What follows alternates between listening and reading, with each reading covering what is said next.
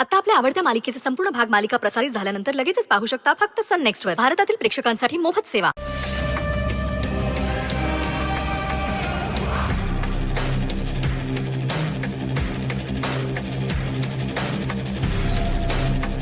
रिया, मी आलेच हा, एकच मिनिट.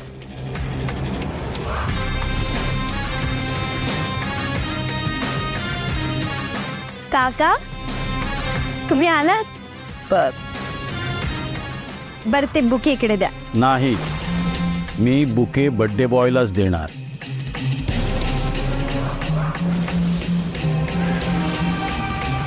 मी पण ना माझं कधीच ऐकणार नाही. चला या.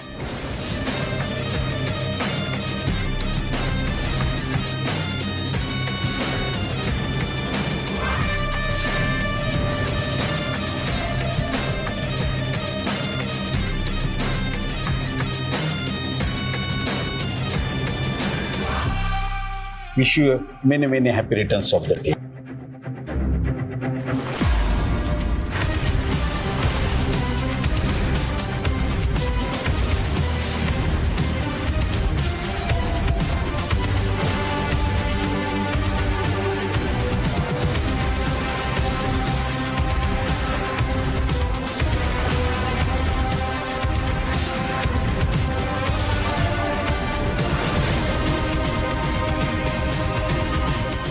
हे बाई, तू चुकीचं वागतोयस. तू माझ्याशी असं वागू शकत नाहीस.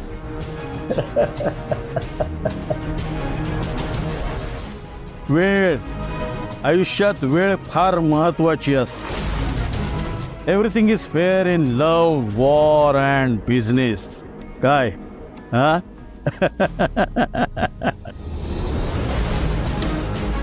वेळ महत्वाची.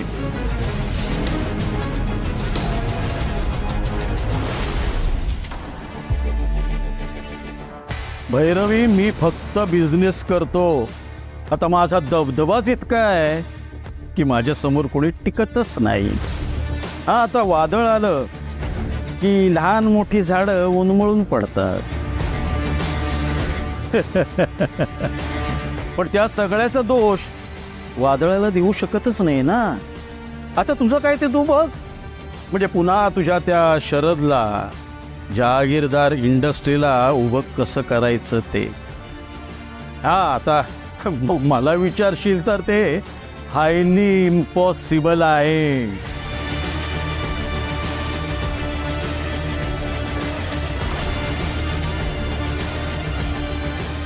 एव्ही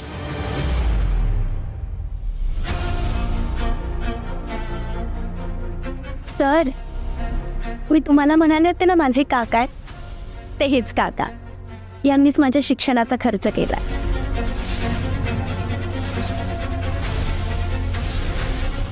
आणि आज मी जी काय आहे ना, ते फक्त माझ्या काकांमुळे. आई, बाबा, हे माझे काका. तुम्ही म्हणाला होतात ना काकांना सरांच्या बर्थडेला इन्व्हाइट कर. काका आलेत. अगदी मुलीप्रमाणे जपलंय त्यांनी मला. खूप जीव लावलाय. आणि खरं सांगायचं तर मी खरं स्वतःला खूप नशीबवान समजते, जे मला तुमच्यासारखी जीव लावणारी माणसं मिळालेत. आणि त्यात असे काका पण मिळालेत. काका, तुम्ही आलात त्यासाठी खरंच थँक्यू सो मच.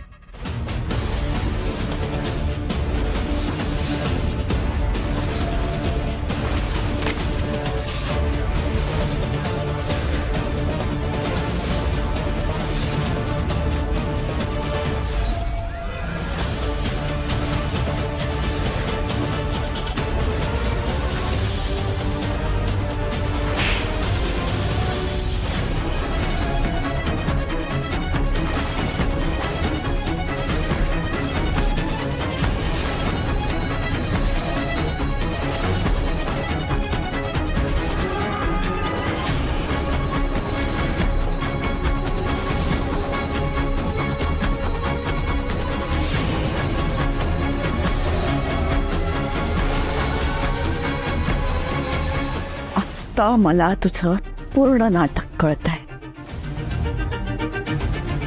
देवांशला तुझ्या प्रेमाच्या जाळ्यात ओढण्याचा प्रयत्न केलास. सगळ्यांना आपल्या आजूबाजूला गोड गोड वागून जवळ करण्याचा प्रयत्न केलास का? तर तुझा काय प्लॅन होता हे आत्ता मला क्लिअरली कळतंय. त्या बाईला मुद्दाम माझ्या गाडीसमोर आणलं होतंस ना? मुद्दाम तो ऍक्सिडेंट घडवून आणला होतास तू?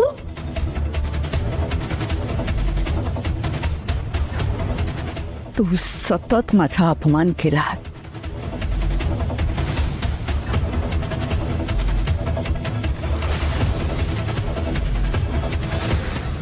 माझ्या मुलाला माझ्यापासून तोडण्याचा प्रयत्न केलास.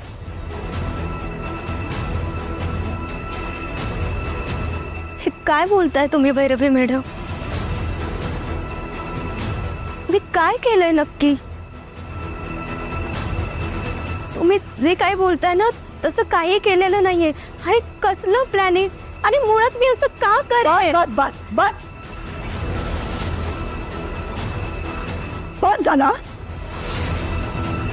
खूप झाली तुझी नाटकं. उगाच भोळेपणाचा आव आणू नकोस. बहिणी बघतेस ना,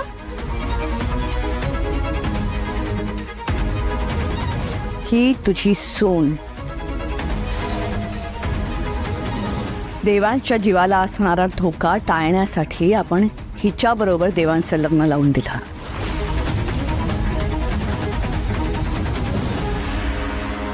पण खरं सांगायचं तर हीच देवांशच्या आयुष्यातला सर्वात मोठा धोका आहे.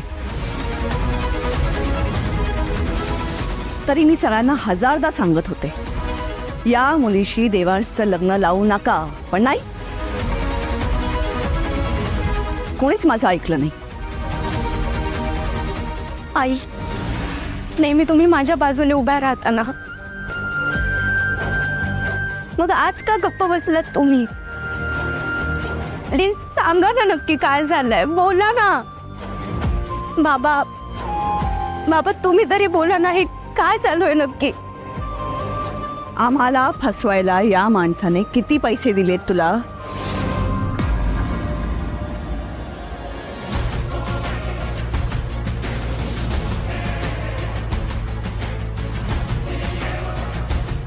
एकदा नाही, हजारदा सांगितलं होतं मी तुम्हा सगळ्यांना. हिची ही सगळी फॅमिली खोटी आणि फ्रॉड आहे. पण नाही, त्यावेळी माझ्यावर कोणी विश्वास ठेवलाच नाही. आता बघा, खरं तर मला काय वाटतं माहिती का, ही ना खरी फॅमिली नाहीच आहे हिची. या माणसाने या फुरट्या माणसांची गँग उभी केली असेल.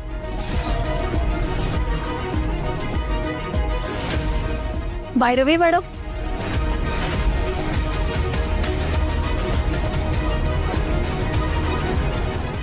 मी विनंती करते, माझ्या कुटुंबाचा आणि माझ्या लेकीचा असा अपमान करू नका.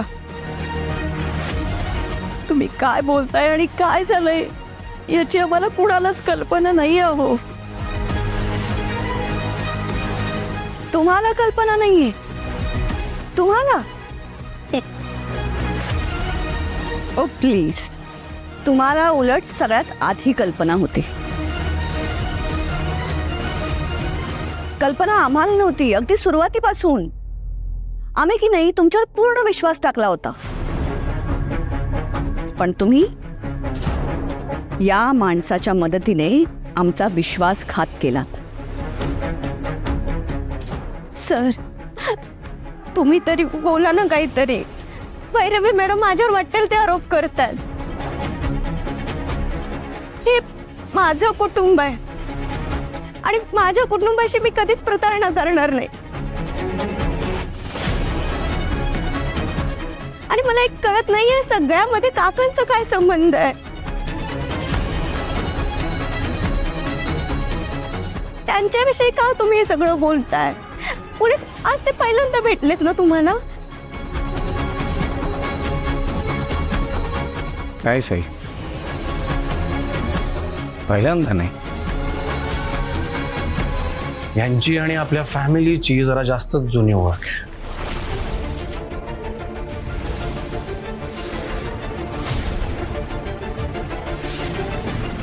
आम्ही जरा जास्तच चांगल्याने ओळखून होत यांना.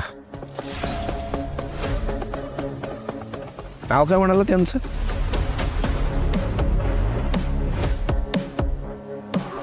काकांचं नाव अनंत बोजेवार.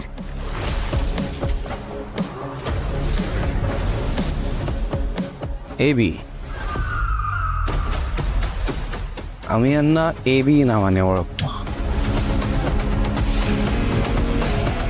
एकेकाळी यांच्यामुळे ना आम्हाला रस्त्यावर यायची वेळ आली होती सई.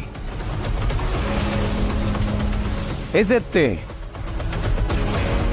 ज्यांनी बाबांचा विश्वासघात केला होता आणि ज्यांच्यामुळे आपला अख्खा बिझनेस बुडाला होता. फक्त आई होती म्हणून त्या सगळ्यातनं सावरलो आणि कसं बसं बाहेर पडलो आम्ही. नाही तर आता रस्त्यावर असतो तुझ्या या काकांमुळे.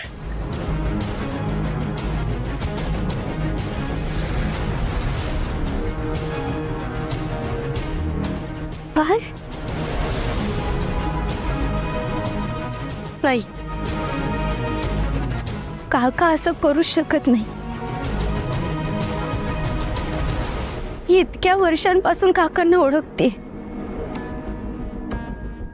खूप चांगले आहेत काका. दुसऱ्यांचा वाईट करण्याचा कधी विचारही त्यांच्या मनात येत नाही. आणि ते असं का वागतील. काका तुम्ही बोला ना. तुम्ही का गप्प बसलात. मला ना असं वाटतं की काहीतरी गैरसमज होतोय. हे जे समजताय ना ते तुम्ही नाही आहात बरोबर ना. बोला ना काका प्लीज.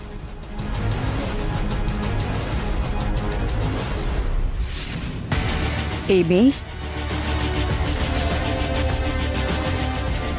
तुझी आमच्या घरात यायची हिंमत कशी झाली. आत्ताच्या आत्ता आमच्या घरातून निघून जा. Security, security. या सगळ्याची काहीच गरज नाहीये भैरवी, कारण मी इथून जाणारच आहे. जिथं माझ्या मुलीचा इतका अपमान केला जातो तिथं मी थांबूच शकत नाही. आता मी इथे आलोच आहे तर सगळ्यांना नीट भेटूनच जातो.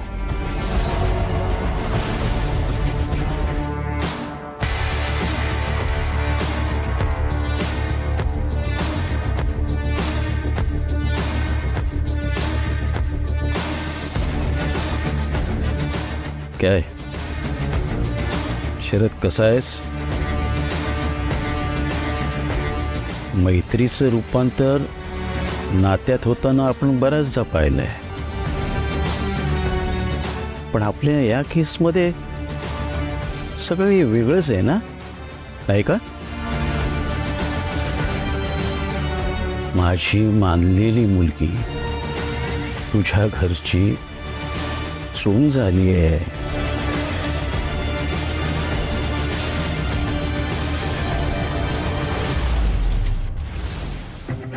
हा देवांश खूप हुशार बिझनेसमॅन आहे. Very talented boy. But unfortunately त्याच्यासमोर कोण उभा आहे.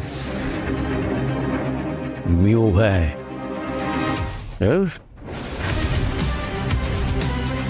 ते टेंडर आहे ना, मलाच मिळणार आहे. And listen one thing,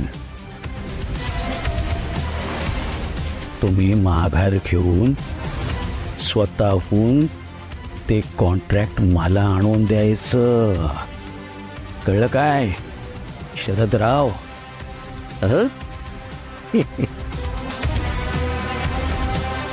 nice to meet you everyone.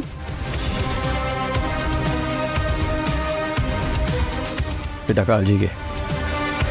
हा तुझा काका सदैव तुझ्या पाठीशी उभा राहील.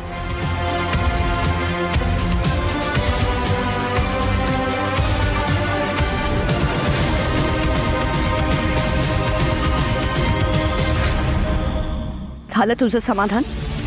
झालं का समाधान? ज्या माणसाचं नाव सुद्धा आम्ही या घरात घेत नव्हतो तो माणूस आज आमच्या घरात आला आणि इनडायरेक्टली आम्हाला धमकी देऊन गेलाय तो. हा कॉन्ट्रॅक्ट जर का आम्हाला मिळाला नाही ना तर माझ्याहून वाईट कोणीच नसेल हे लक्षात ठेव.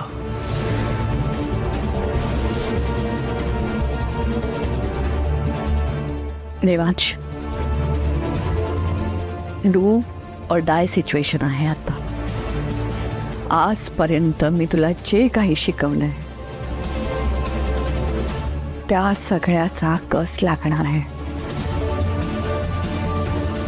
इन फ्युचर जर का तुझ्यावर ही सई किंवा बिझनेस यापैकी एक गोष्ट निवडण्याची वेळ आली तर प्रॉमिस मी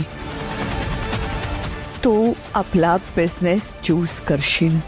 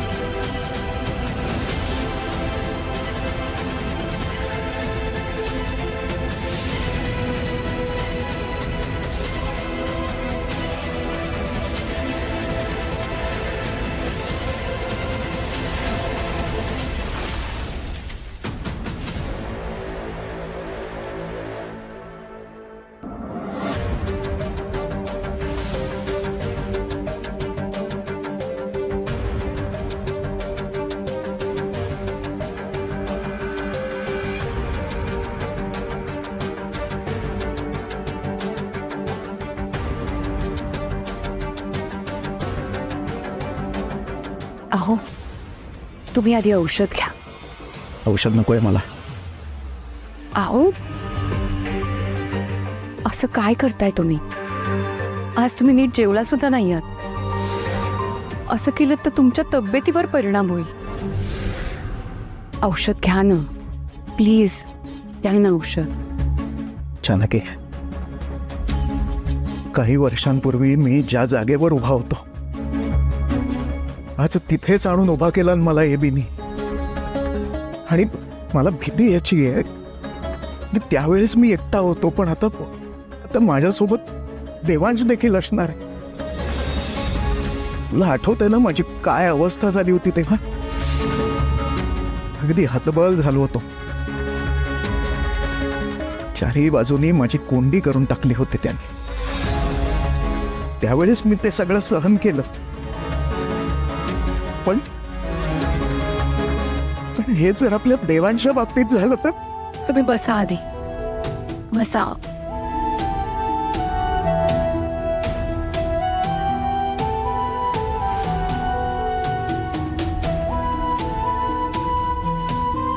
माझं ऐकाल?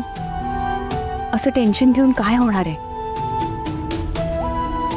मी तर म्हणते तुम्ही त्या जुन्या गोष्टी आठवूच नका. म्हणजे तुम्हाला असा त्रास होणार नाही. जानकी, भूतकाळ आपल्या समोर येऊन असा उभा ठाकला ना सगळ्या जुन्या आठवणीच येतात. असं एबी माझ्या समोर येऊन उभा राहिला आणि सगळ्या जुन्या जखमांवरची खपली निघाली. त्या एबीला माझ्या इतका चांगला कोणीच ओळखू शकत नाही, कोणीच नाही. त्याला एखादी गोष्ट हवी म्हणजे हवीच. मग ती मिळवण्याकरता तो कोणत्याही थराला जातो, कोणत्याही. तुम्ही नका विचार करू. त्यावेळी असं घडलं कारण आपण त्या माणसाला नीट ओळखू शकलो नव्हतो. पण आता तसं आहे का? आता आपण सगळे सावध आहोत. आणि भैरवी ताईंनी देवांशला किती चांगलं तयार केलंय, हो की नाही? आपल्यासारखं नाही फसणार तो. आणि शिवाय आपण सगळे आहोत त्याच्याबरोबर. आता ते एबीने कितीही प्रयत्न केले ना तरी तो आपल्याला त्रास देऊ शकणार नाही. आणि सगळ्यात महत्वाचं, आता देवांश बरोबर सई आहे. माझा सईवर पूर्ण विश्वास आहे. ती त्याच्याबरोबर असली ना तर देवांशला काय आपल्या घराला सुद्धा धक्का लावू शकणार नाही तो. खरंच सांगते मी. आणि एकदा तिला त्याचं सत्य कळलं ना की ती स्वतःहून त्याच्यापासून लांब होईल. नाही जानकी, नाही.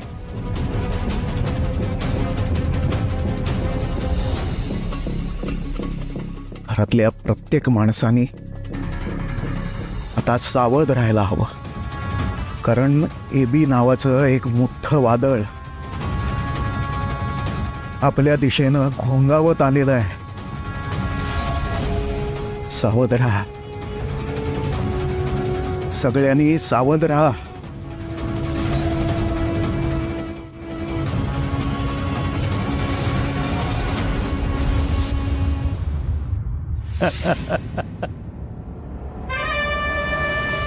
यू नो वॉट, बिझनेसमन केव्हा सक्सेसफुल होतो?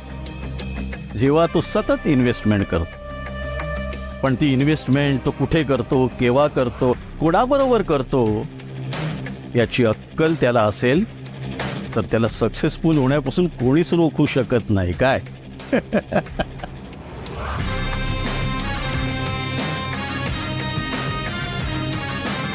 सईमध्ये मला पहिल्यापासून तो एक्स फॅक्टर दिसला होता.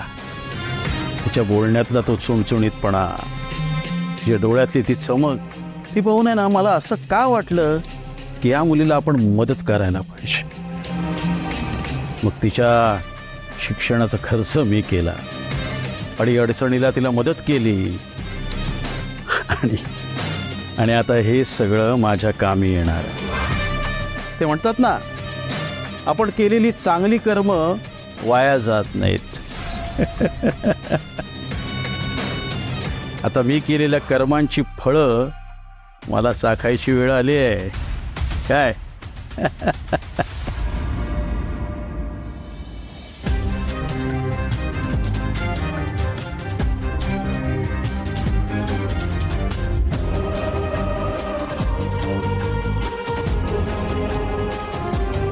काका, तुम्ही आलात त्यासाठी खरंच थँक्यू सो मच.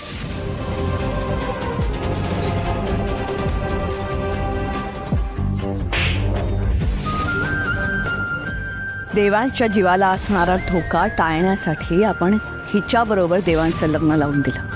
पण खरं सांगायचं तर हीच देवांशच्या आयुष्यातला सर्वात मोठा धोका आहे.